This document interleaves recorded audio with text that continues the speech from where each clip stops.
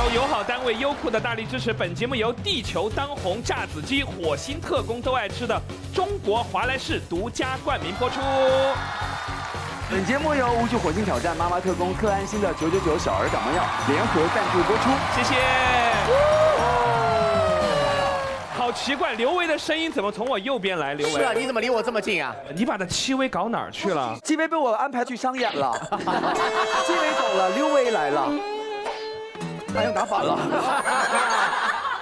不好意思了，我今天贵为副局长啊，各位要好好努力了。为什么？你今天不比赛了？啊，我不参与了。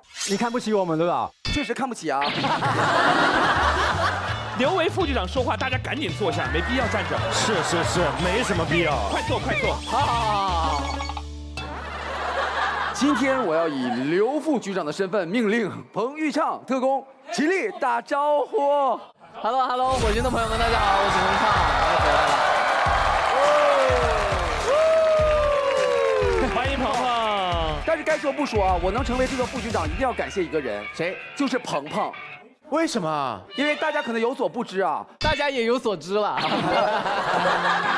可能电视机前的朋友们有所不知啊。我们这个是网综啊，可能电脑前的朋友们有所不知啊。还有手机前的观众，可能手机前的朋友们有所不知啊。屏幕前啊，屏幕前的朋友们有所不知啊。你哪来那么多废话？一个屏幕就搞定所有了。我跟鹏鹏其实是一起来面试火星情报局的。2016年样片的时候，对，当时我是艳压群雄。艳压群雄确实也是。哎，不对，我当时就像鹏鹏的一部戏一样，一人之下，一下子就把鹏鹏挤走了。所以这一次鹏鹏又来火星了，我一下子又副局长了。不是这样的，我的版本不是这样的。啊，导演跟我蕊流程的时候都是说，哎呀，你说你看看。你走了这么久啊，就是还在事业上一直在努力，但是刘维哥呢，一直还是在高级特工原地踏步。第1季到第6季一直是高级特工。对，但是昨天听说我一来，马上连夜只手遮天。对他自己改台本，因为他昨天跟导演对台本的时候，我本人就在旁边，他真的威胁人家。是，我也在。他说：“你看，我一直在抛这个想当副局长的梗，如果真的没让我当一下，你觉得这个梗合不合适呢？导演？”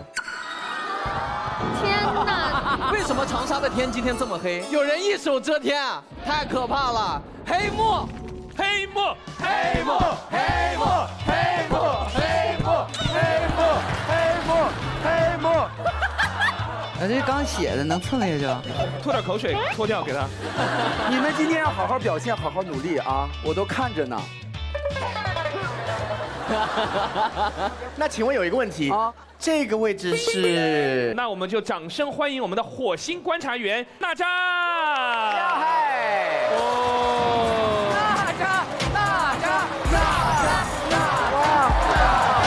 太棒了！NZ，哇！我的天哪，今天根本就没有下雨，他竟然带了一把伞。掌声欢迎我们本次会议的火星观察员娜扎。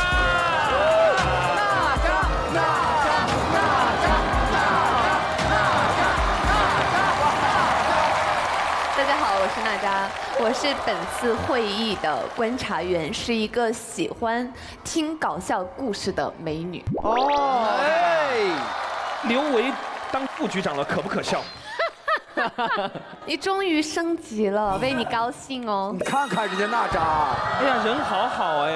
我跟娜扎真的关系非常好的，我跟娜扎其实是有组合名字的。哦，叫什么？维纳斯组合。刘维、娜扎、维纳斯，今天只要谁挡娜扎的路，我们就开撕。真的假的？真的。他刚刚自身难保，他还保护你。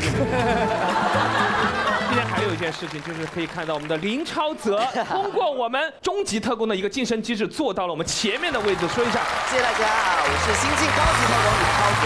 耶！欢迎我们的终极特工李一珍，还是要欢迎我们今天的笑点记录员女篮运动员，我们的大宝贝儿刘雨桐。给大家介绍一下你的评判标准。我们还是会从命中笑点、爆梗金句和完整故事3个维度来评价全场高级特工的笑点贡献值。我们会从最客观的角度选出本期最好笑的故事，以及讲出最好笑故事的人。大家加油！加油！开始之前还是要提醒一下我们各位，如果想当王牌特工的话，就要做到自己的任务，达到自己的目的。通过我们的笑点记录员来记录你今天的笑点，如果笑点本期累计最多的话，就可以成为我们本期的王牌特工。就看各位的表现了。我宣布今天的会议正式开始。大家，我为什么来的时候要带一把伞呢？今天外面也没有下雨的哦。因为我是一个很怕晒的人，我希望自己整天都是白白的那种。啊，那你没有觉得我已经白到发光吗？哇，你白到发光，白到不行。那请问你今天既然这么白，有没有信心展开今天的第一个提案？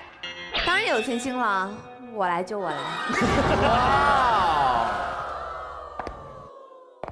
哇，完全没踩上拍。哎呀，一笑老师，一笑老师，你要跟着他的腿，而不是他跟着你多难呐！有延迟，有延迟。这次真正的，谁都不要打扰我。各部门准备，我来就我来。开始。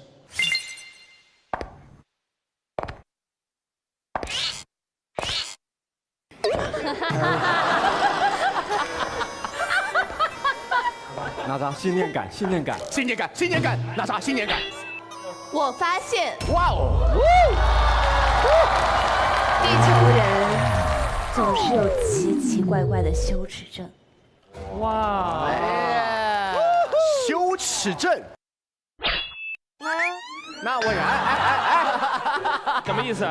就没了。怎么完事儿了？这一句话，你应该按照我们的惯例，一般情况下都是说一个人先提出案以后，他要自己先 ，for example， 就是大家先讲一下例子的。你是不是对我就是要求有点太严？他所有的精力都用在那个踩点上。副局长帮忙阐述一下。作为维纳斯组合的维，我必须要帮我们的纳斯。行。羞耻症啊，顾名思义，就是会因为某件事情而感到不自在，甚至羞愧耻辱。例如，有些人是浪漫羞耻症，有些人是精致羞耻症。羞耻症。有一件事，其实我个人是特别羞耻的，我的小名叫刘羞耻。刘耻，你才刘耻呢，就叫精致羞耻。哦。我生活里其实是个特别精致的人，哎呦，因为朋友们一般都会管我叫 supermodel， 啊，因为我很会穿搭。你的名字太多了 ，supermodel 刘羞耻。所以说我平时出门的时候都会穿得非常精致，就像娜扎一样。我出门之前我就会疯狂拍自己，我觉得 ，Oh my god， 好好看哦 ，I'm so fashion。 Look at you， model。为了穿搭，我就是还会带一些什么皇冠啊，然后背2个包啊。你出门带个皇冠啊，背2个包，有毛病。然后我很自信，然后推开门走出去。但是只要我出了这个家门啊，旁边只要有人看我，我就开始羞耻。就我走着走着，突然你看我，羞耻。你为什么要骂人？不是，我不是骂你羞耻，我是说我的内心感到羞耻。就是你会把你自己的心理状态告诉别人啊？不，人家这样，是我会揣摩别人的内心。就比如说，我正在走到大街上，我说，他看我了，但我那时候内心觉得他应该说是有病。那你猜对了，我说的就是。然后我又走一走，突然又有人看我，然后他是不是没说话？他这个眼神不像没说话啊。然后我内心当中潜台词就是太吓人了啊。然后我就是那种边走边脱啊，脱，只要你看我，我就脱一件；你看我，我就脱一件。啊，你真的就是我前期很精致。但只要有人看我，我内心就没有自信了。那如果你去逛一个步行街，你最后是一条内裤，赤身裸体的离开是吧？很纠结。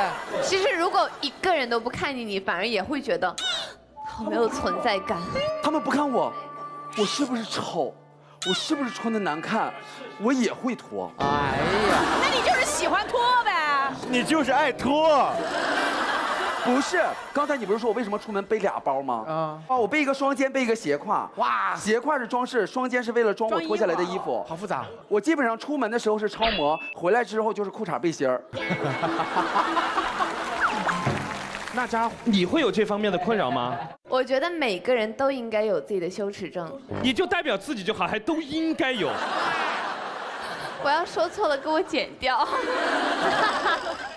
身上的一些缺陷会让自己觉得有羞耻症。你有缺陷吗？太完美。我的身上的缺陷，说实话，我不确定是哪一个。每次照镜子，我说是眼睛还是鼻子还是整个头是一个缺陷。小时候呢，我会因为我的耳朵特别羞耻，有点招风耳那种哈。你们不要打断我，就是比如说啊，这也算打断？我只是说了3个字，招风耳。还不能跟他对话，你不能接他的话。我作为节目的 MC， 我羞耻了，这是我的工作 ，It's my job。来，没事，你说耳朵。为什么会羞耻？我会觉得我的耳朵特别的招风，就是我现在也很招风耳，当然比獒犬要好很多。我从小到大就是被夸着长大，大家看到我就哇，睫毛好长啊，都会赞美你。后来大概15、16岁的年纪，那时候我上艺术学院学舞蹈，然后呢，那时候我们的男同学就会说，你耳朵真的好像一只猴子啊，这么过分？真的，我不骗你。哎呀，他们后悔死了，我今天估计。他们说完之后，我一看，我自己都觉得像猴子，为什么？确实别人的都是这样的。你太好笑了，所有人都说你像猴子，你像猴子，就照镜子说啊，我是猴子呀。照镜子这样。有人说你像猴子，怎么了？美猴王，你就这么说。我不要。不是美猴王。所以当时就很困扰，他们说你像猴子。没有，然后我就觉得他们困扰，他不困扰，很开心。然后我真的就不自信了，因为我小时候就是很自信，然后我就觉得不行，我不能让大家觉得我像一只猴子。开玩笑。为了让我的耳朵不是这样子，我每天晚上都带着那种运动发带，这样就是整个套在耳朵上这样睡，然后一晚上都不动，我就这样睡，然后醒来那一刻，我第一时间就是拆掉就看镜子，噔又回来了，才回来。耳朵没有任何变化，眼睛是这样的。后来慢慢，我发现我喜欢很多演员呢，比如说像娜姐，他们都是招风耳，还有何老师。然后我就发现，哎，其实这没什么呀。对呀。我经纪人他就说，哦，这样真的很好看，我真的好想变成这样子，然后这样。我小时候真的很嫌弃，他说你简直身在福中不知福哎。现在有很多地方还流行这种，尽量把耳朵带大一点，出门的时候。对啊。我以为这是你的增高鞋垫。什么增高鞋垫？显脸小。我看看，真的好看。哇，猴子。猴子。没有。哎，我想看你戴一下，你戴这种大耳朵什么样子？哎。哇，他这样可爱很多哎。八戒。我也想试试。我们都还行，是不是？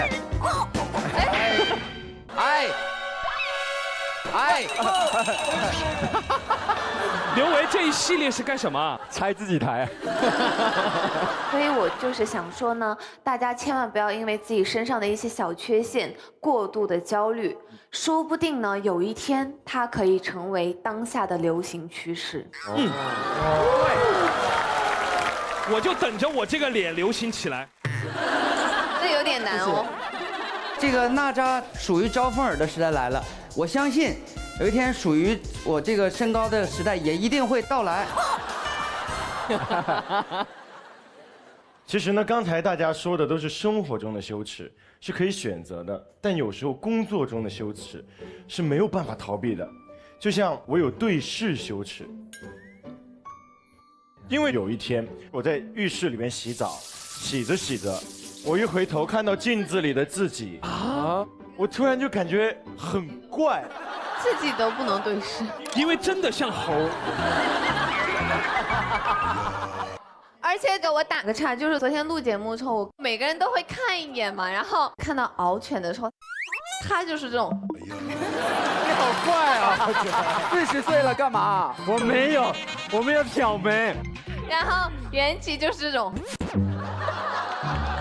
好像做什么亏心事的感觉。所以我真的就是跟自己在镜中对视之后，突然有一种羞耻感就种在了我的心里，然后从那一天之后。我就不会看人的眼睛了，这个也影响到我工作，就是我演出的时候，就比如底下有观众在挥手，我就其实看的都是额头，然后所以他有刘海，掀开，有刘海的话就我有毛病啊，他会生气的，不会的，然后就经常看到有人发那种微博说。哇，张延琪今天跟我对视10几秒，哎，好酷！其实我都不知道他是谁，把这儿都给他看烂了。哎，鹏鹏可以教一下，因为演员经常演戏的时候，经常跟不同的演员对视，对吧？我跟你来演好不好？比如说你跟别人对视的时候，一般哪有这种情况的对视啊？走这么近啊？怎么没有啊？你的意思啊？你跟别人沟通的时候这么远的吗？就是这么远，这么远也。比如说我们俩见面了，他跟别人对视方法，嗨呀，你上，最近好久不见呢。哎呀，好久不见，再见，哎，兄弟，最近好不好？也没有那么远，但那么近的时候就一般都不会看了吧？啊，会啊。为什么？你们先示范吧，真是的。不是，就是很。我平时跟别人聊天喜欢这样的，哎呀，于畅，啊，来，哎呀，最近好久不见啊，什么东西啊？好吓人哦！最近好不好啊？挺好的。这样会不会尴尬？你觉得？你觉得不会尴尬？这个连我们都尴尬了。我教你一种我们又可以保持这种距离，但是我们又可以看到对方，又给别人尊重的方法，好不好？斜眼对视，好不好？好。3、2、1，走。哎，于畅。你有毛病啊！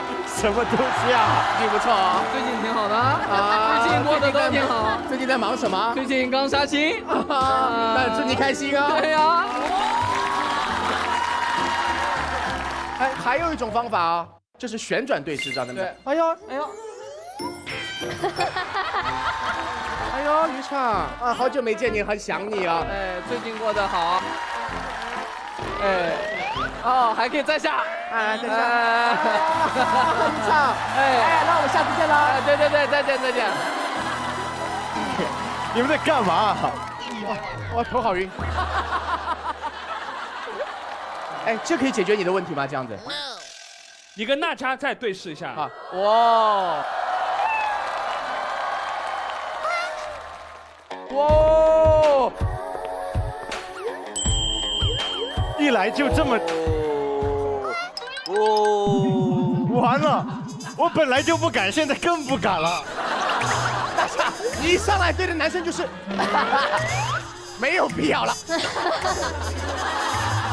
好，你们俩准备啊，你们一气呵成，先从距离近，好吧？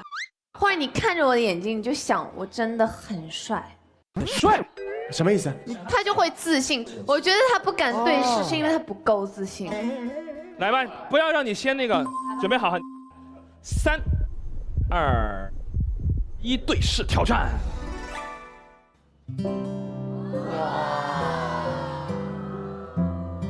哇！哎，他一定在看他的这儿。没有，我这次真的看眼睛了。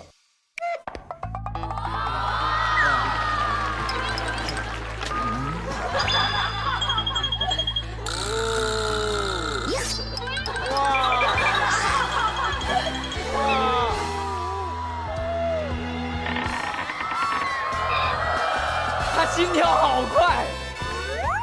好，克服了一些，有进步。谢谢。什么继续啊？还有什么？来，哇，转旋转，对。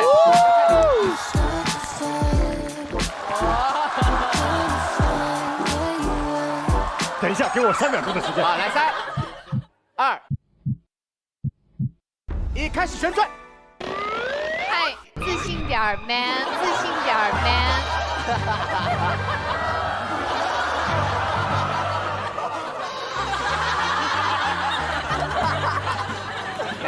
下，停，张艳琪，你要打他呀，张艳琪。二人转呢？救命呀！我打开了吗？我汗都流出来了。张艳琪不是你的位置。好的。哎，妍琪，那你谈恋爱怎么办呀？对，我刚也想这个问题。就是尽量的避免。啊？尽量避免谈恋爱，是尽量避免看别人，不是尽量避免看到眼睛。那你知道你女朋友长什么样吗？你在哪，宝贝？宝贝，我们去看电影吧。哪有啊？我只是不看眼睛，不是看不到人啊。什么情况啊？也是。问一下鹏鹏好了，因为鹏鹏在《一人之下》里面有挺与众不同的演出，对不对？对，还行。怎么做的？清场了还是说？也没有，因为就第一天喊人更多，都来拍了中场戏，人越多我越嗨。这禁自杀也是快失传的艺术，我们大家只是想近距离的观察一下而已啊。近距离观察，那就让你们看看眼。导演。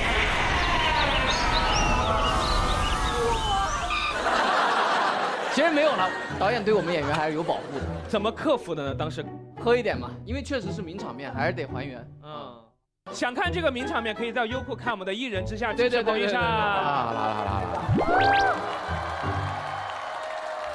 就我个人是有一个工作上的羞耻，就叫做数据羞耻。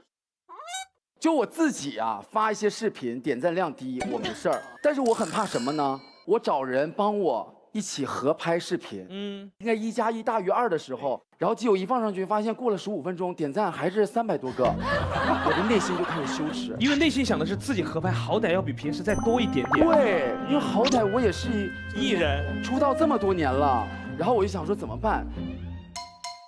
后来我就开始买流量，买豆浆啊，真的，我自己购买。哎，你。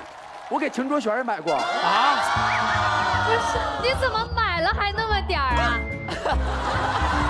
完了，刘伟，买少了。不是，因为买这种流量是有技术的，我通常会先花100块钱试水，看能推波助澜到哪个位置。这么专业啊！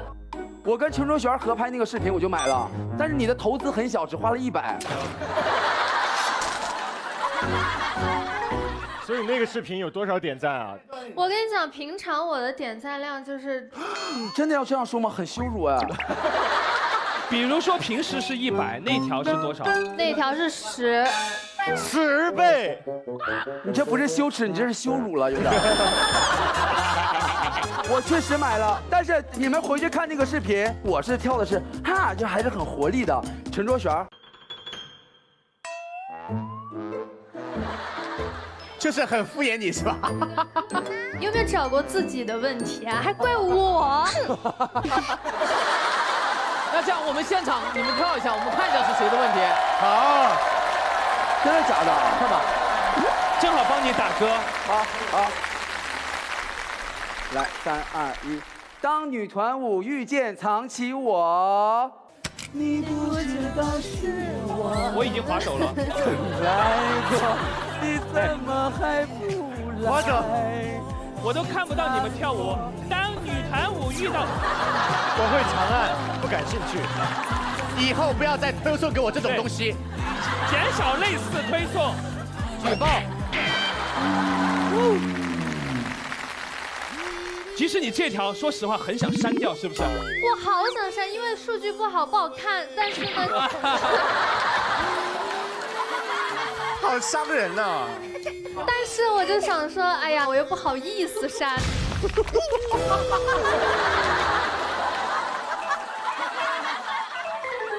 我非常理解周璇，非常理解，因为我也是这种人。你也删，他也删过一条跟我合拍的视频。哎，那会不会真的是你的问题？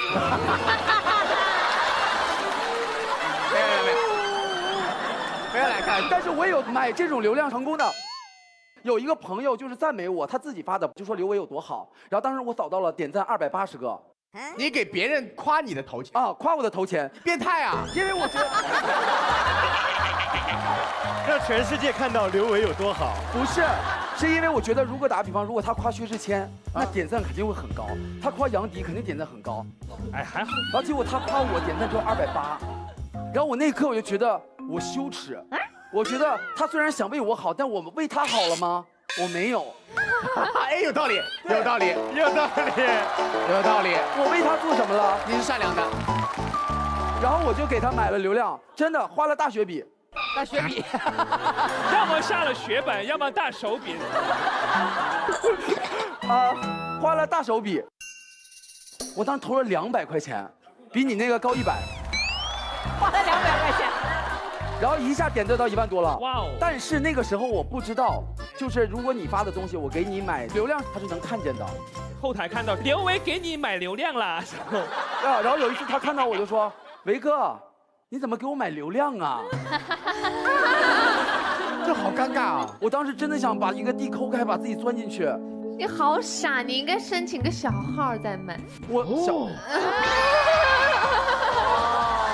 专业哦。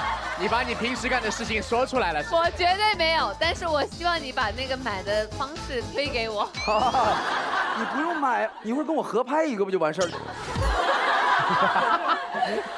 直接给你点赞拉下来。敖犬呢？你有吗？好了，我来了。那个敖犬，这个故事大概讲多久？3分钟可以接受吗？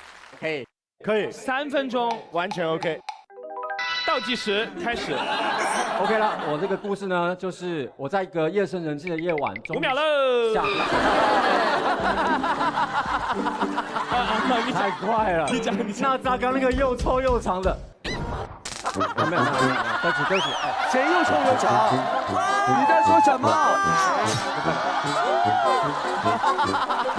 哪里又臭又长了？还有又碎。剪一下可以。不要记了，我会紧张的。有时候父母的这种夸奖，就是一直夸你，夸到跟你的实力不匹配的时候，你就会感到很羞耻、尴尬。因为呢，他就觉得自己儿子是艺人，就觉得说，你干什么事情都是 super star， 就把你夸上天。我第一首人生的创作的歌曲呢，是我熬夜通宵做出来的，然后我就很兴奋，因为我觉得我想要听听最诚实的声音。OK， 我就给我爸听了这首我第一首 demo。我爸听完这个歌啊，他就拍着我。哇，你爸爸跟你这样聊天，天天好累哦。儿子，我觉得你是像 Michael Jackson 这种天选之人。我觉得，你的音乐呢，一定能带领世界的潮流。哇！哎呀妈呀！我听完这个话，全身起鸡皮疙瘩。然后说，爸爸，你怎么会拿一个这么伟大、经典？好，时间到。谢谢。我已经尽量说很快了。这个故事剩下的部分，请移步敖犬本人的社交平台。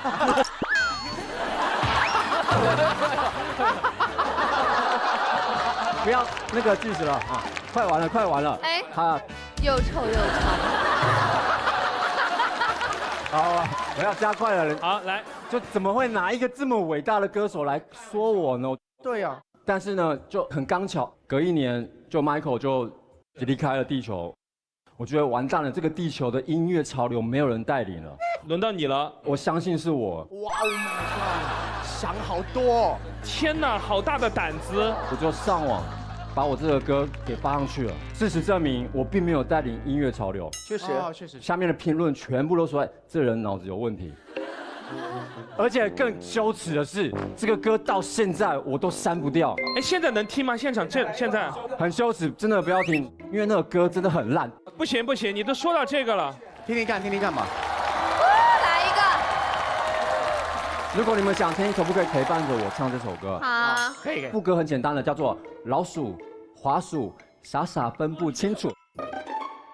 当然，这首歌还是个抄袭的歌哈。我没有，你们听完。这首歌是原创啊，是你抄袭蔡依林。你们听完再决定，好不好？行，你先唱嘛，你先唱。1点、2点、3点、4点，现在到底是几点？我好饿！1点、2点、3点、4点，现在到底是几点？我没睡，我就会把花束看成老鼠，花束，傻傻分不清楚，清楚不清楚，老鼠。话术，傻傻分不清楚，清楚清楚清楚不清楚。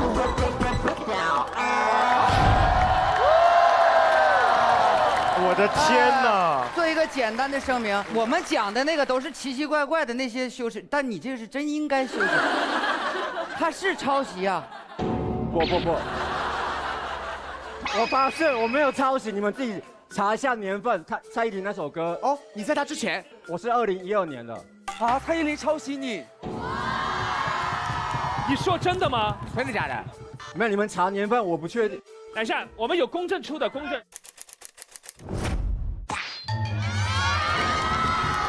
05年，人家2005年讲什么？喂，创意抄袭，傻傻分不清楚。哎，等一下，你们不要玩这种会犯法的问题好不好？但没关系，大家对你的那个认知啊是傻的，所以大家你怎么可以这么？对不起。好了，对不起啊，很羞耻的歌，对不起嘛。但蛮可爱的，我觉得还是蛮有趣的。他也不盈利，随便玩玩了。对，没事儿。对啊，这是致敬，我经常致敬。蔡依林，对不起。好了，坐下吧。娜扎，你有吗？其实我也有工作带来的一些羞耻症。哦，就是外界给我的一些标签，然后就是当着我的面说出来，然后就整个人就很羞耻。哦，什么标签啊？有一次我想招一个助理，就面试，然后正好那个时候我录了一个综艺，然后我自己认为我在那个综艺里面表现得非常的优秀，哇哦，然后就很自信，就说，啊，那你有没有最近看我的就是综艺啊，就是什么什么综艺？啊，没有这么做作，反正这节目效果，你们就是忍一下了，坚持一下。然后他说，我看了，他更做作，他比你还做作，挺适合加入的哦。真是很搭。然后我就说，哦，那你觉得怎么样呢？他就是我看了，我觉得特别可爱，就是我觉得。你们俩说话都这么累吗？都要这么喘的，好多标点符号。然后他说，我就是觉得上天是公平的，给你一张这么可爱漂亮的脸蛋，然后就是笨笨的呢，笨的呢，就是笨蛋美女啊。你要招了这个助理，你们俩在沙发上2个人可以哼一跳。哇，好恐怖哦，真的好恐怖哦。我就觉得网上的人就说一说你是笨蛋美女就算了，然后他当着我的面说，啊，真的是笨蛋美女，然后就，娜扎，还是淘汰吧，只能这样。娜扎，你说了3遍了。感觉娜扎还是很享受“笨蛋美女”这4个字的。但是娜扎看上去并不像笨蛋美女啊，你平时的临场反应我感觉还是蛮快的。我一点都不觉得我是笨蛋美女。太好了，我们当场测试你一下好不好？测试你一下，你感觉是个笨蛋帅哥啊？测试你一下。你是笨蛋帅哥吗？测试你一下好不好？哎，你这样，我给你挑一位男生跟你演一个戏好不好？我们看你的临场反应，随便挑一位啊。我有一个要求，一定要看着我的眼睛。好，张延琪来。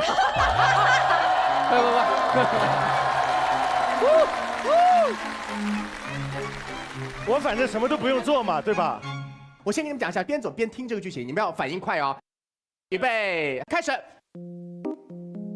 当笨蛋美女走在路上，突然遇到心仪的男生，2个选择：摔在他脚面上打招呼，还是想办法伸脚去绊倒他。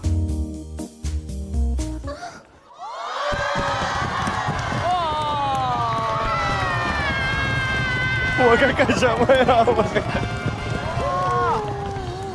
哇，他这个厉害，他直接就是扑倒在别人怀里。好，娜扎，可是这个问题你必须要给他一个理由，你是怎么了，你才会做出这个动作？你怎么了？为什么突然跌倒了？我可要把你丢开了！你在干嘛？啊！你在干什么？妈妈，妈妈，妈妈，妈妈！闭嘴！好，听大家解释，为什么你这样倒下？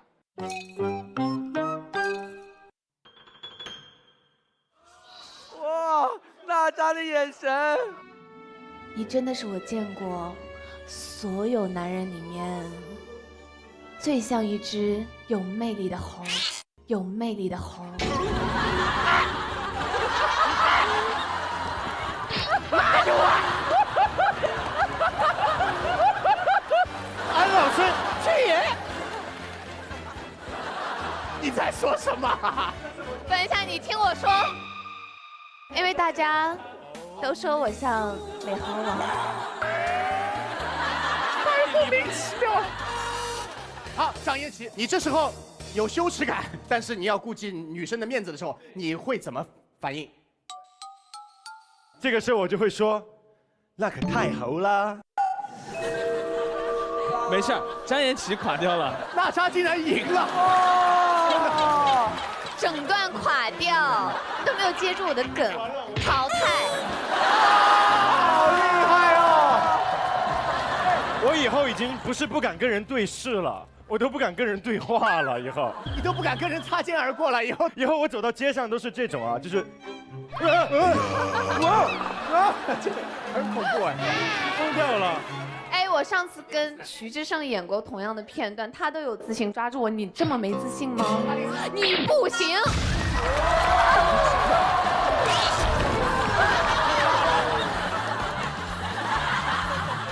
你真的在马路上搭讪，如果让男生，你是这样？我生活中应该都是对方可能会这样，我绝对不会。哎，我们来一段呗。哇，这个要即兴了。哇，娜扎也上瘾了。3、2、1，走。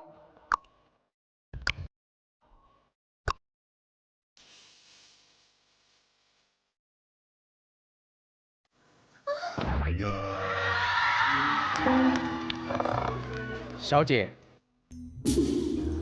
爱的那么认真，认真的雪，我是你的 big fans。big fans。哇，很高兴见到你哦。哎，小姐，怎么突然之间就在马路上昏倒了呢？给我一个理由，为什么？好，这个我输了。才2张就没有了。他真的莫名其妙，莫名其妙了。我竟然也有输的时候，觉得。哎，维维啊，咱来一段，你是娜扎那个角色，倒在我怀里。好，我看看娜扎啊。2个人在路上相遇，女生非常的想搭讪这位男生，因为他实在是他见过最矮的男生，太感兴趣了。这个时候他会用什么方法跟他相遇呢？请注意。我不配，我不配，我不配，我不配。你过分了！我不配拥有你！我不配拥有你！你个小矮人！我配不上你！你个小矮人！你过分了！哎 ，sorry， 完全不接哈！你怪不得让我跟你演，你想让我摔死，然后你来当部级长是不是？好阴险啊！我 sorry， 我小的时候就这么坏，对不起。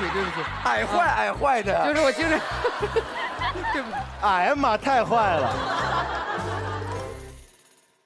除了娜扎这个笨蛋美女之外，大家有没有身上哪个标签你们每次听到以后觉得有点羞耻的感觉？玩哥，你的标签分别是？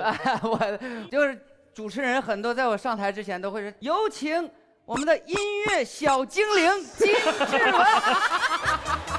多比。如果是我，就是有请我们的音乐地精土行孙啊。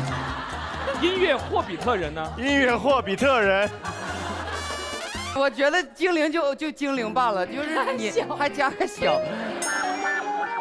然后还有我最受不了的就是有请音乐小巨人金志文。哎，掌声有请我们的英剧丑八怪杨迪。你这什么呀？这是什么称呼？就特别难受，很矛盾。对。其实刚才分享的都是一些外貌啊、工作上的一些羞耻。其实生活里有很多小点会让大家羞耻。我有。小鹿，我有。来，我不知道大家有没有这种叫浪漫羞耻。浪漫羞耻是什么？就我对于浪漫的事情，我就很难正常表示。尤其那种公开场合，是不是啊？对。比如说今年年初的时候，我男朋友跟我求婚哈。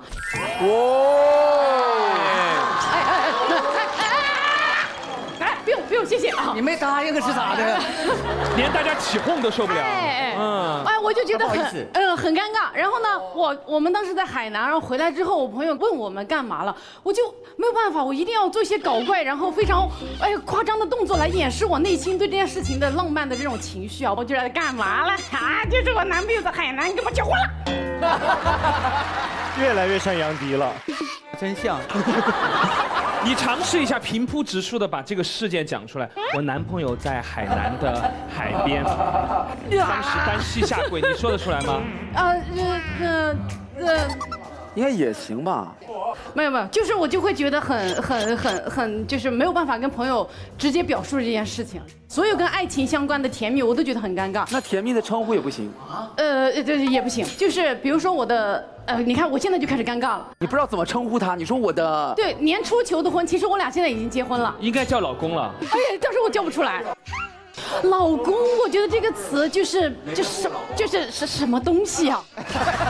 我感觉“老公”这个词，他就没有办法直接叫，不能直接叫。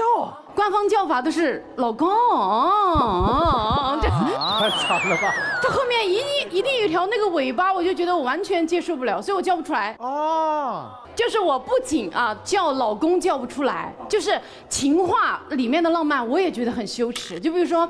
他说什么，我就一定迅速在脑子里会迅速的反应接梗，来稀释这件事情的浪漫性。情话还要接梗？对，真的好杨迪哦。比如说他跟我表白的时候说：“哎，小鹿，我不能想象我的世界里没有你。”我当时就想啊，那说明你的想象力真的很匮乏。我就脑子里一直在想些乱七八糟的。还有一个羞耻，就是我很难叫别人的名字单字。哎，这个是有点恶心，为什么？比如说别人问你啊，哎，兄弟你怎么称呼，对吧？我叫我谦。就好像是不舒服的。那如果叫娜扎呢？扎，大家好，我是扎。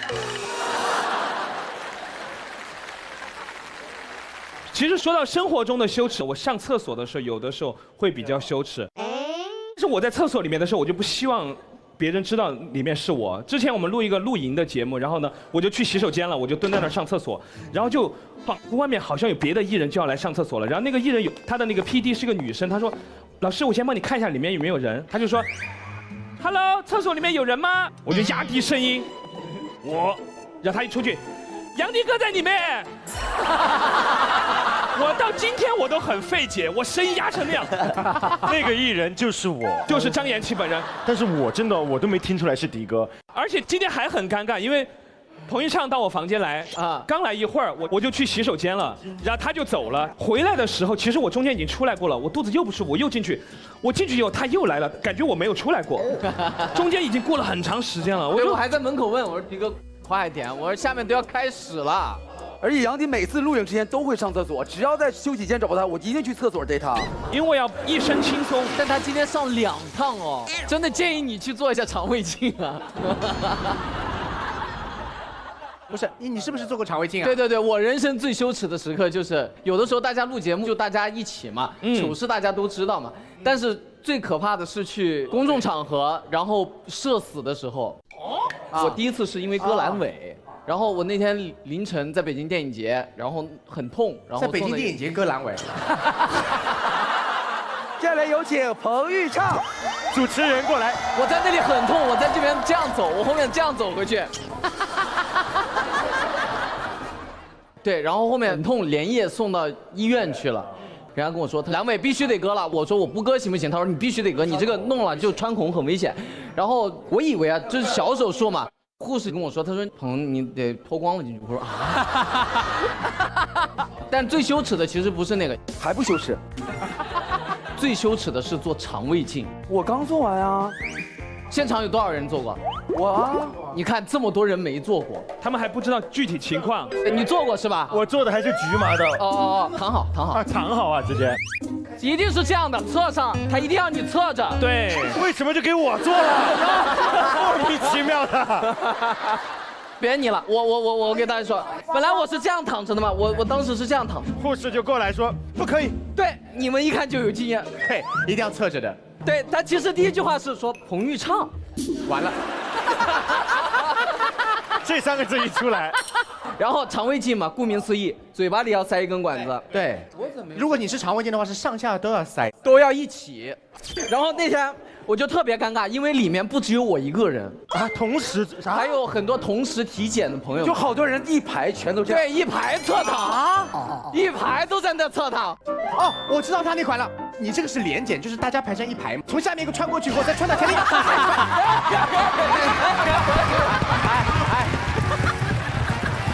然后再两头，1、2、3提。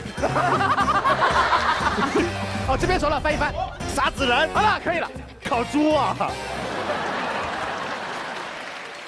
其实做肠胃镜对医院来说，现在算是一个简单的检查项目。那你的羞耻感在哪里呢？它的社死在于就是刚认出是彭昱畅，下一秒马上做肠胃镜，马上肠胃镜麻醉，肠胃镜。对，但还好你全麻就没什么感觉。它一注射以后，5秒都不到，对，脑袋一凉，等你。杨先生，已经全部结束了。全做完了。但是酒量如果有点好的朋友，一定要给他说剂量加大，或者是体重你要报一个实在的体重，因为我最近同事中间醒2次，那个嘴巴是有那扩嘴器嘛。医生，我醒了。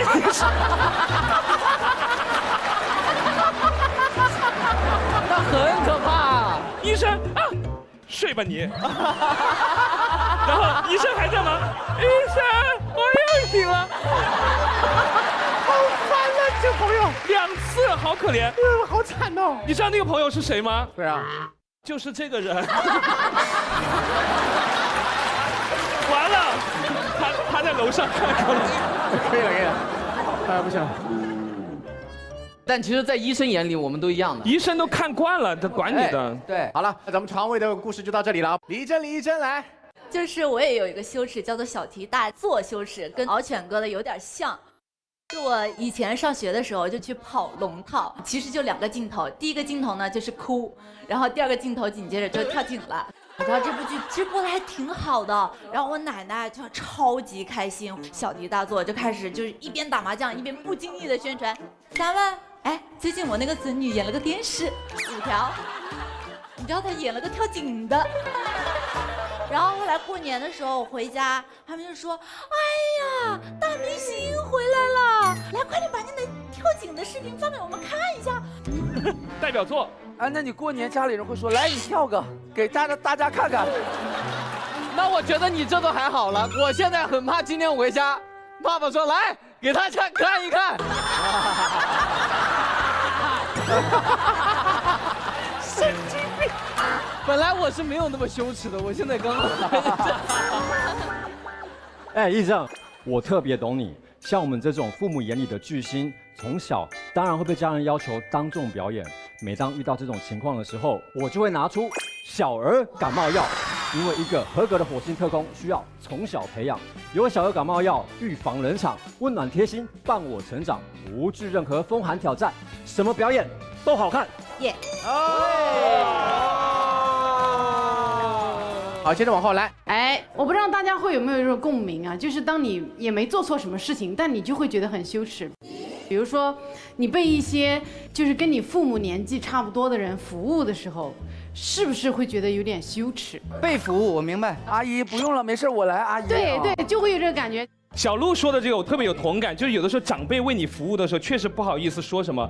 我家的阿姨就是从18年干到现在，那么久，干得真不好。好，我的一些朋友到我们家嘛，就说哇，你家那个镜子好多水渍啊，到处都好脏。阿姨打扫过吗？我说这都打扫过的，因为阿姨就是有的时候垃圾袋每天都要收拾，就有垃圾什么就要处理。不扔，她扔，有1张纸她都换垃圾袋，我垃圾袋都快把我弄得就买不起了。后来我现在垃圾都带出去扔，因为我经常在坐在看见，后来阿姨我出去一下，1包纸，你是把你逼死了。这样我的垃圾袋就不用一直买新的东西，我现在都在网上买那种好便宜的垃圾袋，因为阿姨老是换。18年干到现在可真不好，为什么？但是她人真的非常好。哦，理解。比如说我在家里上网的时候，她想确定我在不在家，她远远的就开始喊我。孙先生，不是杨先生，5年了，连我姓什么都不知道，我都疯了。前2天我给他发微信，我说：“阿姨，今天我不回家了，你帮我把狗遛一下。”好的，张先生。阿姨好安全，绝对不泄密。所以我现在在想，我说谢谢阿姨，她应该完全不知道我谁，反正每天就孙先生、张先生就喊一些怪名字。我就不知道他每天在我们家忙什么，反正两个小时到处还是灰啊什么的。走了，王先生，就走了。莫名其妙，王先生让那阿姨做饭好难吃，好难吃。你这样说，阿姨真的 OK 吗？后来我就开始做饭。阿姨吃完以后擦着嘴，杨先生，你做的饭好好吃。这个时候记住我的名字了，杨先生。有的时候，比如说我明天要出差，我烧的肥肠可能量比较大了，阿姨打包带走了，下次还给我发微信，杨先生，肥肠好好吃，我跟我老公吃的好开心。但遛狗还是遛的挺好，因为我们老出差嘛。啊，主要是遛狗。感觉有的时候回家的时候，阿姨是刚从沙发上弹起来。就是天天在家里面演，但人真的很好。人还好。总而言之，就是有好的推荐一下。其实大家刚刚分享了很多关于羞耻症的这样的一些笑话，听起来很好笑。但是其实我觉得羞耻症可以用3个字来形容，就是不自信。对。给我印象非常深的就是小鹿的那个浪漫羞耻症，因为我觉得，当有一个人为你制造浪漫、为你传递爱的时候，大部分的人都会欣喜的接受，说哇好开心。但只有可能有一些人内心当中会觉得，我不配，好像这种小小的美好不应该是我的。就像我自己坐在这个副局长的位置，说句实话，今天我自己是觉得有羞耻感的，因为那个羞耻感。造就他的就是我的不自信和紧张，但是我们应该告诉我们自己，不论你在哪里，你都是独一无二的，你都是最闪光的。没错，好，我觉得每个人都值得属于自己的美好。因为大家聊了这么多奇奇怪怪的羞耻症，我觉得都反映一种非常矛盾的心理。因为一方面是传统理念的要求，觉得大家不能过于冒尖儿；但另一方面，现在这个社会需要大家彰显自己的个性，所以在这种矛盾的心理之间有种拧巴的情绪，就导致你可能觉得我这样做是不是会不太好，就显得有点羞耻。但是我觉得，如果想要摆脱羞耻症的话，还是需要做出一些敢于与众不同的勇气。所以我觉得可以有羞耻症，但是不能没有羞耻心，这个是非常重要的一环。是的，哎，人不知耻呢，就所谓天下无敌。但其实这句话呢，我自己是非常不喜欢的，而且呢，我对所有的这个世界上任何的一种羞耻是抱有敬畏之心的，因为这至少是我们每个人的底线，这并不是一件坏事情。但是我们一定要最后秉承知耻而后勇，才是人间正道。好了，各位，接下来请全场的特工来表决。如果大家觉得这个提案有共鸣的话，就拍桌支持，请表决。这个提案通过。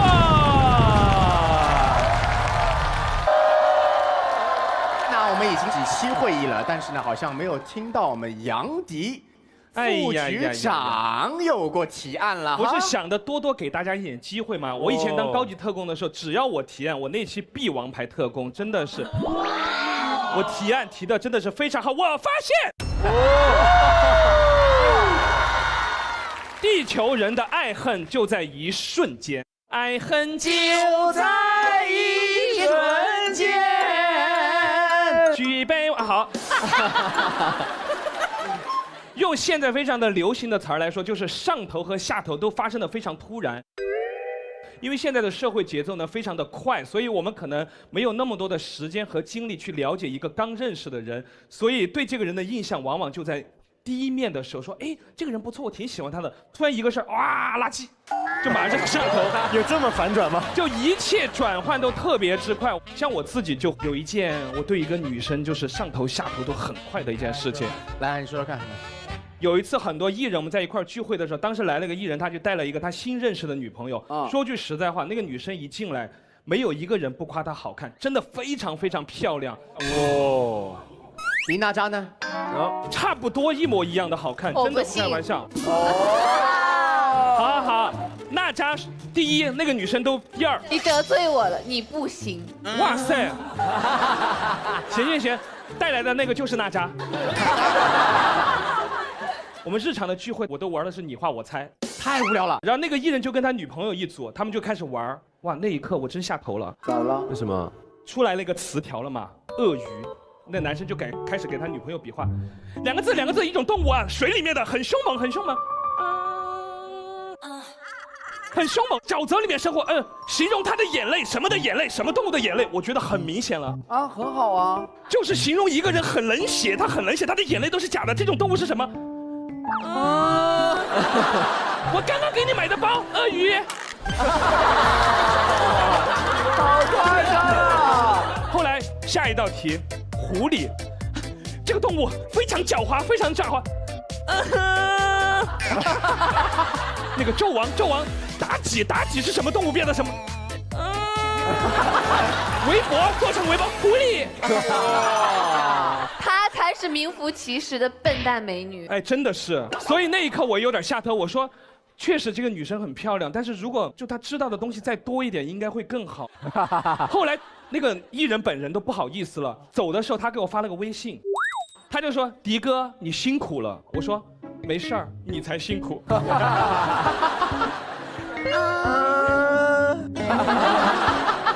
鳄鱼怎么攻击人？哎，那包好不好用？好用啊。但我没有。那问一下大家有没有类似的这种事情？我讲述一个故事。哎，因为我私底下是一个特别想当一个年轻人的人。那你看着就很年轻啊！啊，你看娜扎说实话了，你本身就是个年轻人，我们自信一点。什么叫想当年轻人？因为我身边的朋友都是98年、99年的啊，因为我特别不喜欢晚辈特别尊敬我啊，我说白了就是很喜欢年轻人冒犯我。哇，维哥你，就我喜欢他们就是维维，哎维维，小维子。啊，那这不是冒犯了，这叫侮辱。就是维维，哎，出来吗？然后我说，哎，我不出来。然后他就会说，你必须出来，你凭什么不出来？就我喜欢别人威逼利诱我，一听到这种话，我说，他真的把我当成年轻人，完全不尊重我。你有这种倾向啊？然后我就会跟他特别好。然后我就有一个好朋友对我非常不礼貌，叫黄新纯啊。比如说那个长辈喝酒时候那种，维哥敬你一杯酒哈，他从来不会。他说维哥喝，吹一瓶，就是命令我，让我觉得很开心，很喜欢。然后有一年黄新纯过生日，然后他就是3杯5杯下了肚，然后就有点醉了。醉了之后，然后黄新纯就搂着我的肩膀，就特别真诚，然后就跟我说：“维维，真的是我非常好的朋友，你就是我在北京最好的忘年交。”哇，到这种程度了，黄新纯也没有那么小吧？忘年交，他是不是不知道这个的意思啊？忘年交字面意思也懂吧？应该也懂吧？对呀，我当时那个酒差点没喷出来，跟我叫忘年交，我真的生气了。但我这个人不太记仇，过后5分钟我就离开了现场。这还不记仇？他生日，因为他生日12点吹完蜡烛，他已经是这样了。然后他又说我是忘年交，我觉得我也该走了，我觉得他在轰我。马上下楼打车回养老院。你好狠啊！我有一个工作上很下头的事情，就以前刚来北京做实习律师的时候，当时我们所有个主任啊50出头，然后呢，他特别喜欢标榜他跟年轻人打成一片。怎么有点耳熟呢？忘年交啊！哎，是，可不是咋的。就有一天我们下班的时候，这个主任就说：“哎，你们几个实习律师留下来，提一提对我们这个所的意见，以及对我个人的意见。哎，我们要共同成长，我们是一个大家庭。”然后我们呢也是稍微知道这种事情肯定不可能好好说，然后我们就开始提一些不痛不痒的，什么打印纸这个卡纸啊，报销速度不快啊，什么这些。后来我们主任就说不行不行，你们这些啊明显都是在敷衍我啊，这样你们要说一些那种真正的问题，谁说的好我直接发奖金。哇，一下子就有勇士站出来了，就说啊。那主任是这样的，我觉得您呢现在业务有些生疏了，比如说有些时候有些案子，其实你也没有什么了解，直接就给我们做一些指导，其实对我们造成了挺大的困扰。要么就不说，要么巨真实哈。哇！然后我们当时想，哇，这能说吗？哇，太夸张了吧！这时候主任说，你看他就说的很好嘛，奖励500块钱。哇！我们当时都被刺激到了，觉得这不是发财的机会到了吗？对，大家就开始说一些特别真诚的意见，比如说有说主任觉得你很虚荣，你经常在这个办公室里吹嘘你跟哪个法学家关系好啊，你又去哪个大佬家做客了呀？然后他一开始说，你看这就很好嘛，发奖金发奖金。到后来呢，就我们越说越兴奋，他呢话了越来越少，脸也越来越黑，直到最后这个局终结于实习律师站出来说，主任。今年年初我带来所里那个案子，你说做完之后所有的钱都归我，但是后来还是律所拿了大头，我觉得这个事情让我很不信任律所。哇！这时候主任就说：“说完了吗？都说完了是吧？是这样啊，我也50多的人了，你们说的这些呢，我改不了了。莫谈风衰。”你们调整自己，适应我吧。散会。应该走出去。哎，那个刚刚每个人发的钱，那个收回来一下。真是，后来大概2周内吧，那2个发言最踊跃的实习律师都走了啊。他们在这个所里挣到最多的钱，就是当天的奖金啊。所以对，这就是我印象非常深刻的一个爱恨一瞬间的故事。哎，小乐，我觉得你这个前领导如果想跟同事打成一片的话，其实有一个更明智的选择，他就挑个周5的下午，大家最难熬的那个时候，带着他们去华莱士来上一波全鸡配汉堡，然后早早的下班，你都不敢想这个星期5得有多快乐。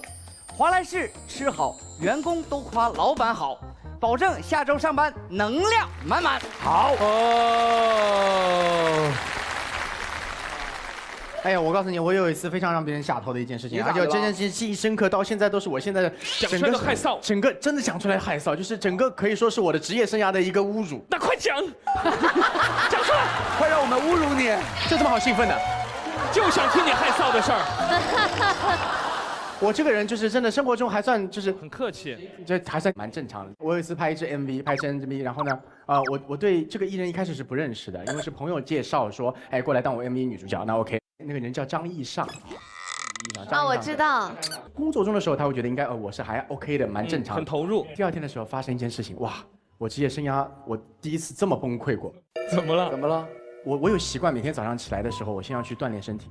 那个酒店的楼上是健身房，我就上去了，哇，健身满头大汗，浑身都是湿的，汗淋漓，哇，就弄非常湿的那种。全部弄完以后要下来，然后我按了我的楼层嘛，我这个人比较在酒店很低调，戴个帽子，然后或者是戴个那种头带。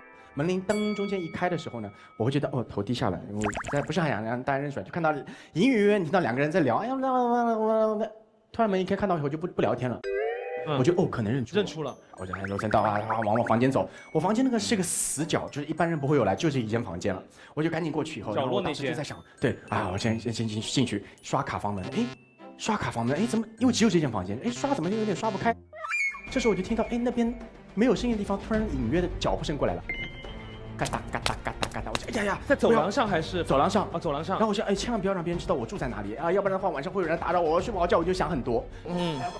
滋都打不开嘛，然后我就敲门，噔敲门，脚步声越来越近，就是各种嘎哒嘎哒嘎哒越来越近，我就开始慌了，说哎呀完了，因为我一直这样嘎哒嘎哒，我没看他，他突然在我门口停下了，完了，我就转过头一看，我当时愣在那里，我想。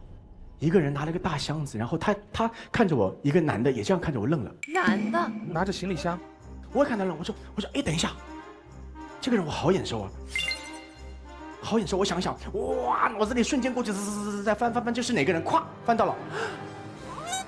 这个人是张艺尚的化妆师啊，他怎么在这儿来了？我再赶紧看一下这个门牌号码，不是1702，是1802。哇，上错楼了。也就是说，我在他工作人员的眼里是一个老前辈的艺人，一大早浑身汗湿淋漓去敲一个女艺的房门。哇！张艺尚开门！你懂那种羞耻感吗？而且我全身都是汗，然后喘着粗气。其实张艺尚那个时候已经在房间里面，在门后面。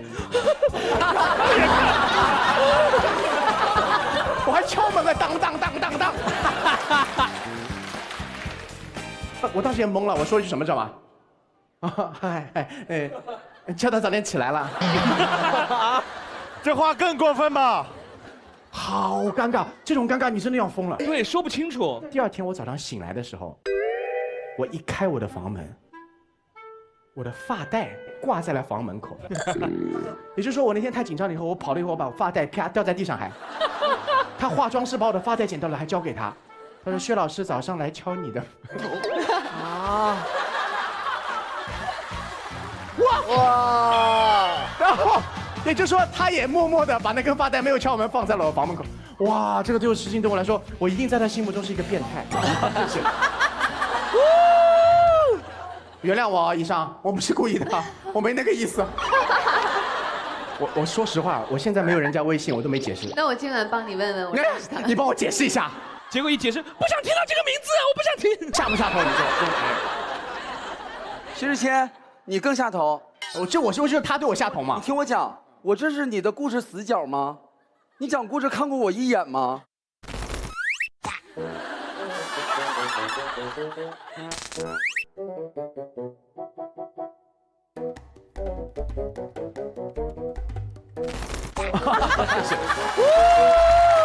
一级副局长，我感觉我自己好像没有对话空间，因为薛之谦全程都是对这俩人说话，因为我们给的反馈好啊，怪不得戚薇走了。你跟我说，我不习惯你，戚薇我看他的，你我就不想看了，不讨厌。哦，哎呀。就这种误会真的是致命的。对，刚才也是一个误会，很致命。也分人，没事儿。有没有那种就是本身印象不是很好，慢慢，哎，对他上头了，由恨转爱的故事可以分享一下？啊，我来温暖一下好了。我这个故事不好说，因为我要说一个大实话。现场有一个艺人，在我来到火星之前，我是对他非常不喜欢的。这个人呢，就是肯定不是我，他是本来喜欢我，现在讨厌我。不是你，不是我，是我，不好意思，是你。我好喜欢你讨厌我，为什么？你说为什么？我做了什么？我对你？我要说一个，就是人呢，真的是必须要相处，你才会了解他。之前呢，我不认识伟伟，我那时候就要拍短视频嘛，那个团队就会一直跟我说，来，我们团队呢有做一个艺人的账号，他叫我参考刘伟的账号啊，每次给你展示我的。刘伟的账号基本上就两种东西，一个就是很油腻的舞蹈，结果全是这种。第二个全是不好笑的段子。哇，是这两个风格，我想为什么要让我参考？哇，说出来了，哇，你说的好狠哦！等一下，我今天上副局长是得罪谁了？因为我很不能接受人跳舞的时候啊，特别爱 wink 啊，而且他嘴巴特别爱放松。我还好啊，为什么抖啊？嘴巴合不拢。他喜欢放电，我没有。有，你有，他有。没有，我跳舞可能就只是会有那种，对，就这个东西，跳给你们看。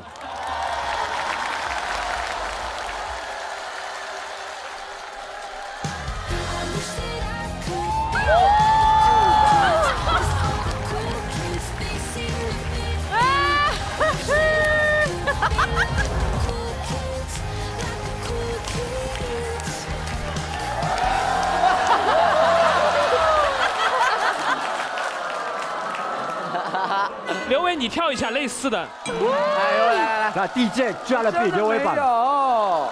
3、2、1，释放你自己，开始。真实的刘伟。嘴巴放松。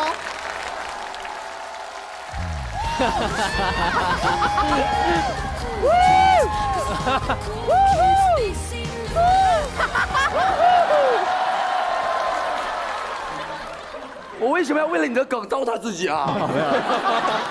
我觉得人呢会有年轻过。我知道，我了解你的，但是我那时候不了解，为什么让我参考这个呢？我要怎么拍呢？好，时间到，不用解释了。好像可以在3分钟段。没事，秒表让人去讲。什么时候可以转到对我上头？我现在已经对下头听了很久了。对你上头的时间，我们某一次录完火星，然后杨迪都会请我们吃饭嘛，到他房间。哦，是吗？哦，那我现在对迪哥下头了。怎么说呢？他没请过你啊？迪哥没请过我吃饭，他也没请过我。哎呀，你也没请过我吃饭。下头，下头，下头，下头，下头，下头。我这里面对你们做的都是各种手势。你把扇子拿下来看一下。等一下，不要打扰他，因为他马上对我上头了。帮你们缓解一下，缓解一下。他眼睛有泪水，你很在意的吗？他真的在意，因为你说的都是我们平时想说不敢说的。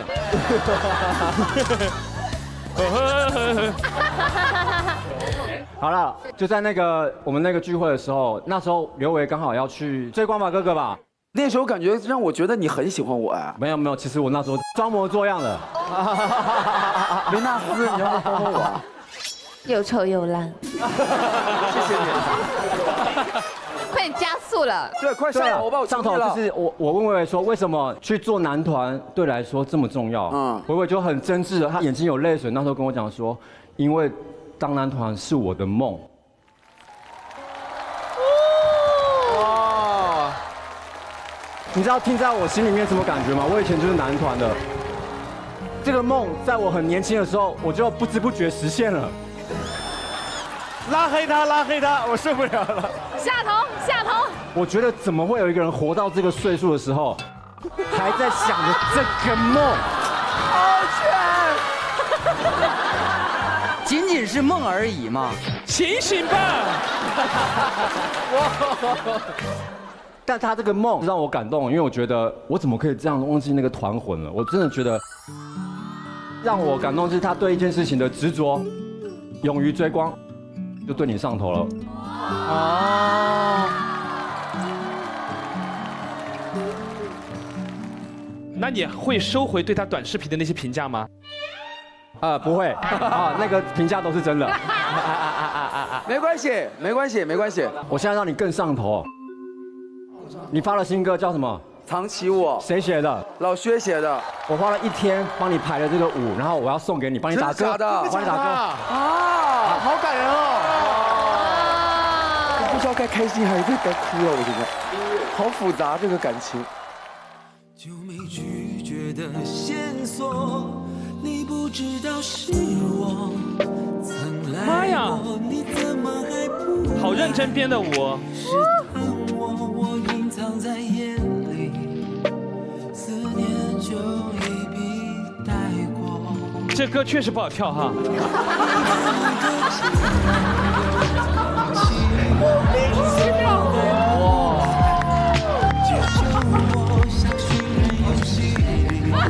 哇！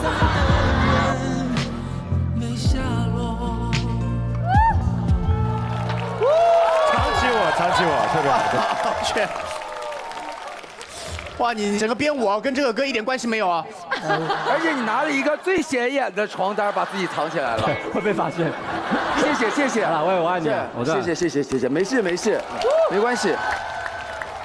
谢谢敖犬。但是今天确实你给了我一个惊吓，又给了我一个惊喜。但是听说今天晚上还有一个惊喜，是鹏鹏吧？在我更小的时候，我是看他们棒棒糖跟那个黑糖群侠，小时候我都会你们整张专辑的歌。苍井歌唱什么？各路高手争锋。对，哇，感人吧？哇！包括苦茶，来，我唱给你听吧。我真的假的，彭于晏？彭于晏。下头，他刚叫我彭于晏。你叫他彭于晏。我告诉你，这个人有可能也不喜欢你。没有，我喜欢他，小心一点。我喜欢他。唱吧，苦茶。我坐着唱吧，坐着唱。为什么？站起来。站着吧，站着吧。这么好的机会跟偶像合作。我这个有这个羞耻症哦，没办法站中间的羞耻症。对，我没有办法站中间。你站偏一点没关系，克服一下，克服一下。我陪你嘛，我陪你嘛，陪我，我们都陪着你，鹏鹏。哎呀，谢谢。给鹏鹏一点掌声。变得给我惊喜了，怎么？我们陪着你。哎，音乐下了啊！好，我自己啊！好，3、2、1，闪！哎，这个太惊喜了吧！哦，紧张死！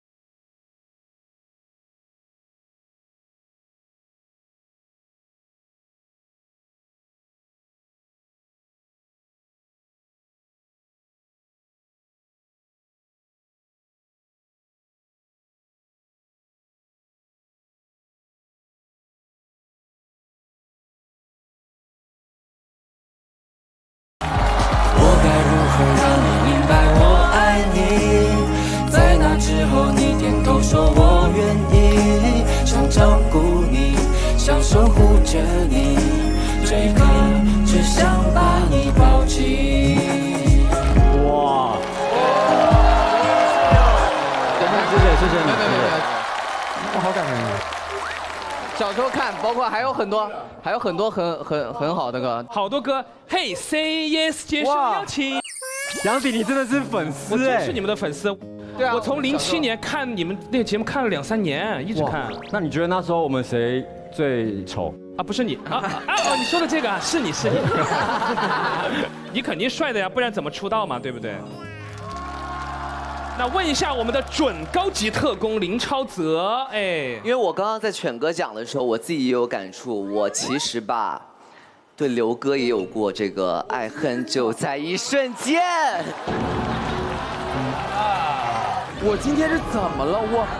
我当副局长，我碍着谁了？因为我确实之前有在做直播带货，我会在我自己的直播间开场呢，先跳舞，然后预个热，然后拉人气。哎，那一天运气来了，我就发现说人数奔5000去了。哦。就看到那个公屏上面全屏都在 call， 这是刘维吗？我说我不是刘维，然后刘维是我的非常好的哥哥，他在隔壁直播间，他有自己的带货，他帮我宣传。说完之后，全屏的显示就是说，哦，不是刘维啊，那我走了。流量就直线下滑，就2位数人。然后我就去问刘哥怎么办，因为当时他已经播到服装榜1了。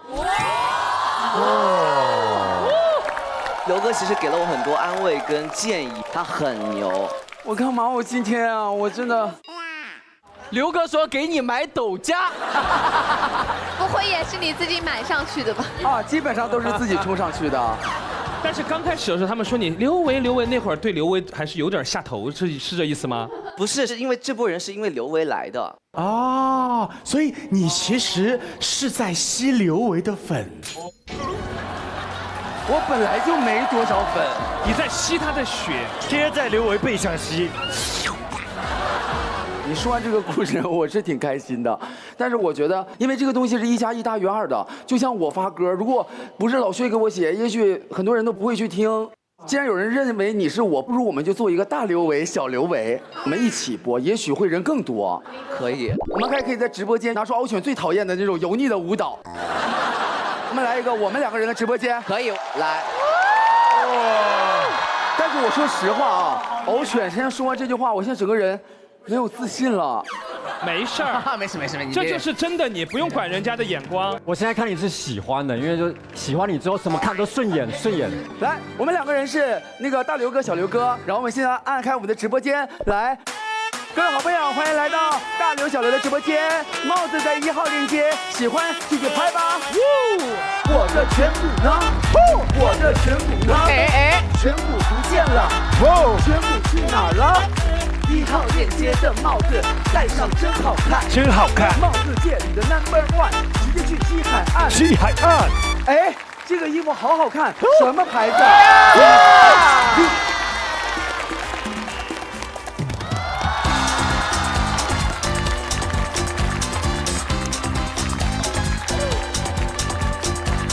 今天在直播间卖区之间的 DSP， 质量好又好看，价格又便宜。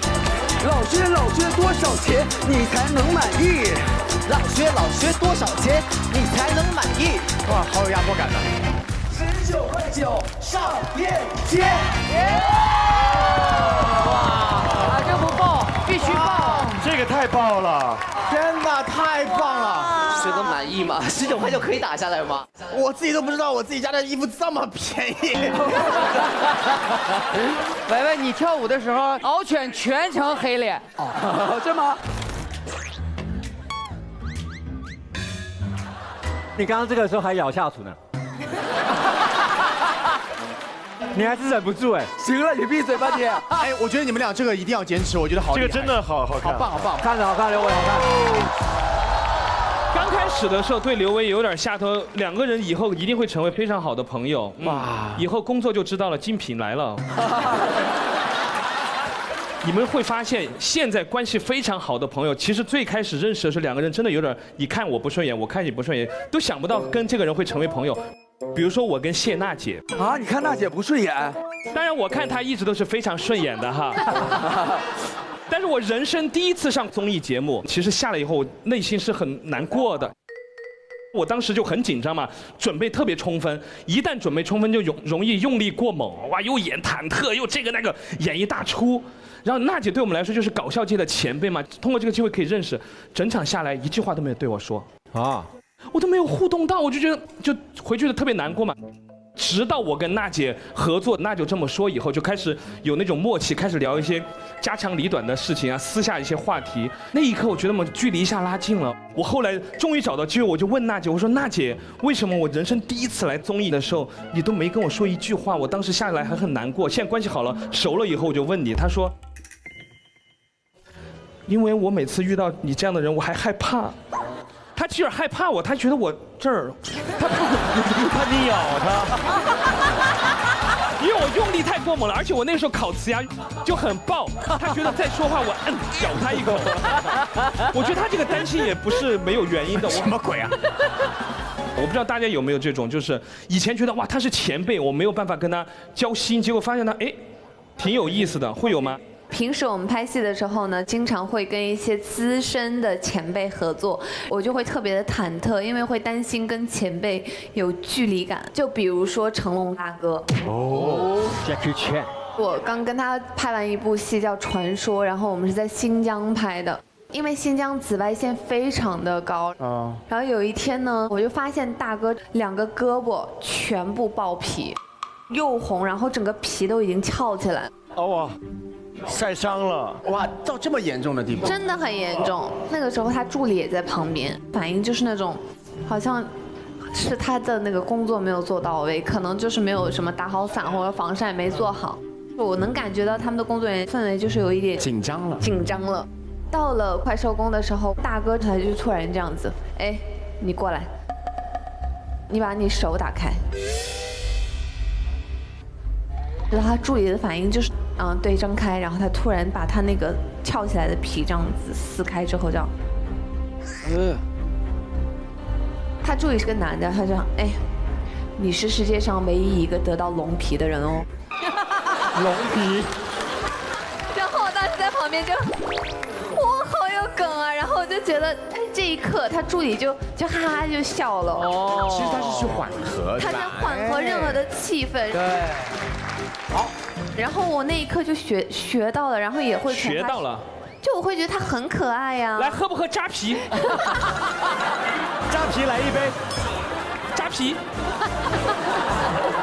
没有啊，不是真的，我就通过那个行为，我就会觉得他这个人真的非常非常好，值得我们学习。哎，鹏鹏跟成龙大哥也合作过哈，有得到过龙皮吗？没有。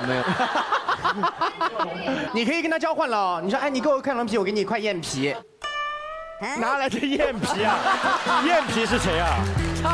畅皮。对不起，我也把你想成彭于晏了。他叫彭昱畅。下头。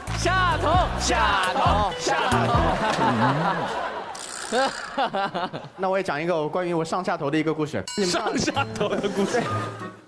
要么就上头和下头，上下头是什么？我讲完就知道。哦，又上又下的，就跟坐电梯一样。我那天不是在演唱会之后，我不是实在扛不住了嘛，我后来就不是取消了嘛。就在那天，哇，那天真的是受不了啊，一直高烧，一直烧，然后呢，他又很难好，然后喉咙这里，我就真的总不行，我才说，我说，哎呀，今天不好意思，我说今天呢我的演唱会就只能取消了。然后我儿子在看视频，他在那边看完以后，哎，完了。诺就是姥姥嘛，姥姥，诺，爸爸 BBQ 了。说爸爸 BBQ 了，然后他就觉得好像我要挂掉，完蛋了，很严重嘛。然后他就到学校去了嘛，那老师就问他，他说哎雪糕，你爸爸怎么样？爸爸 BBQ 了。老师都惊了，学校里都知道，你知道吗？然后校长都问他，哎，那个雪糕，爸爸有事吗？我爸爸 BBQ 了，我爸爸 BBQ 了，还在跟别人玩 BBQ， 我爸不要问我了，我爸爸 BBQ 了，就搞得我像走掉一样。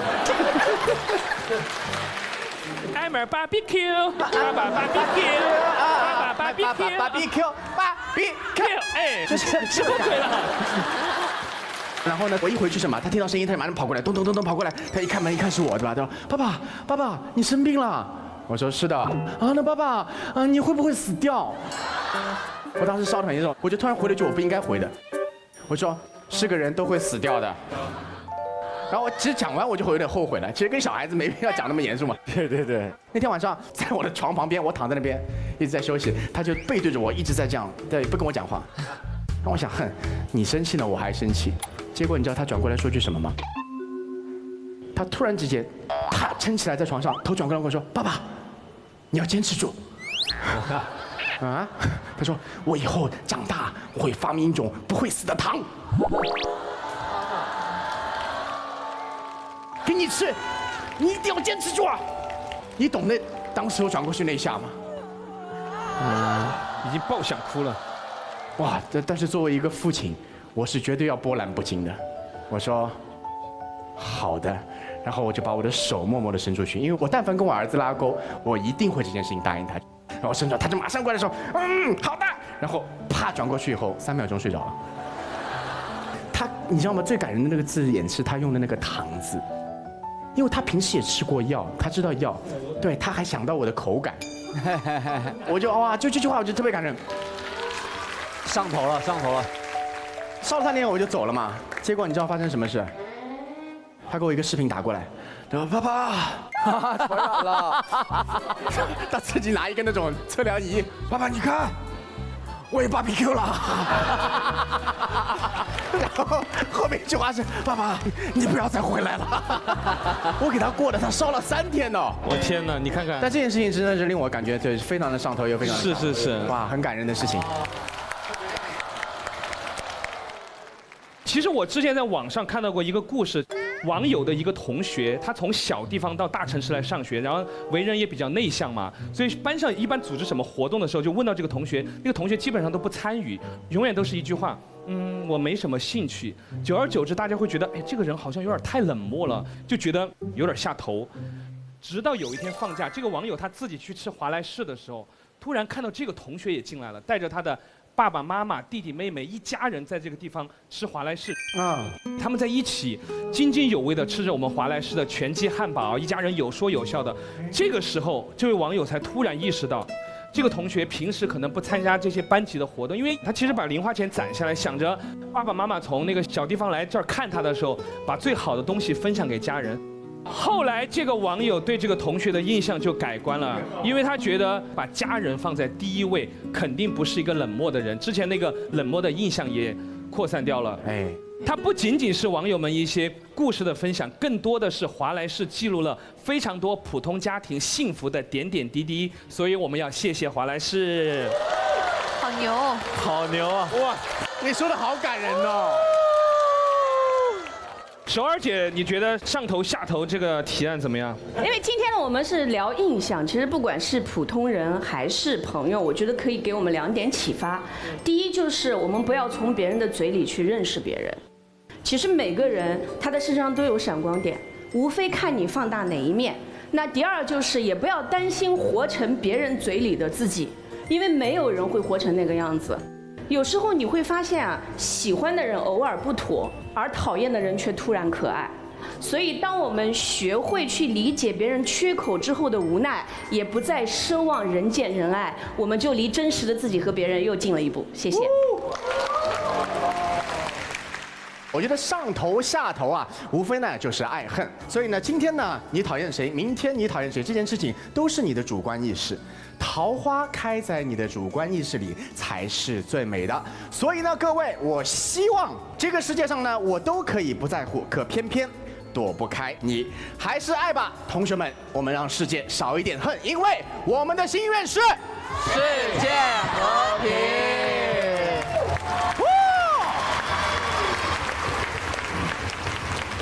好的，那我们的提案已经全部结束了，接下来到了全场特工表决的时间。如果大家觉得这个提案有共鸣的话，就拍桌支持。那么请表决。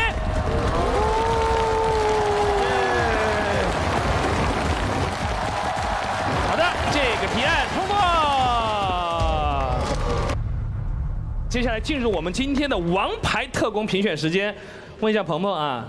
你觉得你自己有没有可能拿到今天王牌特工？应该没有什么可能。哦，这么没信心？对对对，也确实不可能。下头下。鹏鹏太冷，最有煽动性的一个人，只要稍微接不下去，下头就用这招来。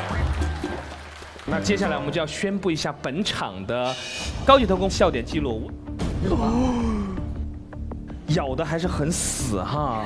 啊，好天哪！这么多人看，你谁啊？我是，不是换了身衣服，他完全换了一个人。我说穿帮了，工作人员怎么跑上来了？帽子、衣服，吓我一跳。就由你来宣布好不好？嗯。你说入围笑点前3名的有？入围前3名的有。第1名，不是这么念，那你这有什么悬？你就不说他是第几名，先把这几个名字。好好，入围前3名的有2个是3个字，有1个是2个字。不重要，不重要，因为他们不是2个字就是3个字，易烊千玺没来。而且你古力娜扎也在这上面站着，就让你念这个东西就这么累。我怎么念啊？你念出这3个人的名字就行。好，就不要按顺序念。入围前3名的有男版美猴王，来，音乐小精灵，还有一个是又臭又长的，就你啊，不用叫名字啊。现在请告诉大家最后的王牌特工是，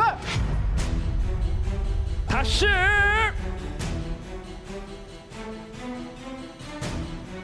敖犬。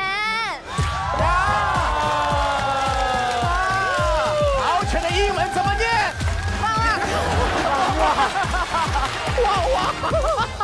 火星有句老话说得好，全鸡汉堡有营养，特工吃完变局长。希望每一位王牌特工都能更进一步，成为像我这样的局长接班人。那接下来让我们掌声有请中国华莱士品牌大使，周5不加班的小白鸡为我们呈上王牌特工勋章。星期五散会，大家记得去吃华莱士的全鸡哦。接下来有请我们本期的火星观察员娜扎为我们的王牌特工颁发特工勋章。拿到了王牌勋章，有什么想说的？发言。很开心啦！我觉得重点是跟大家玩在一起。对，那我觉得之后每一期我还是继续努力的，希望大家也都可以拿到王牌特工，好不好？凡尔赛啊！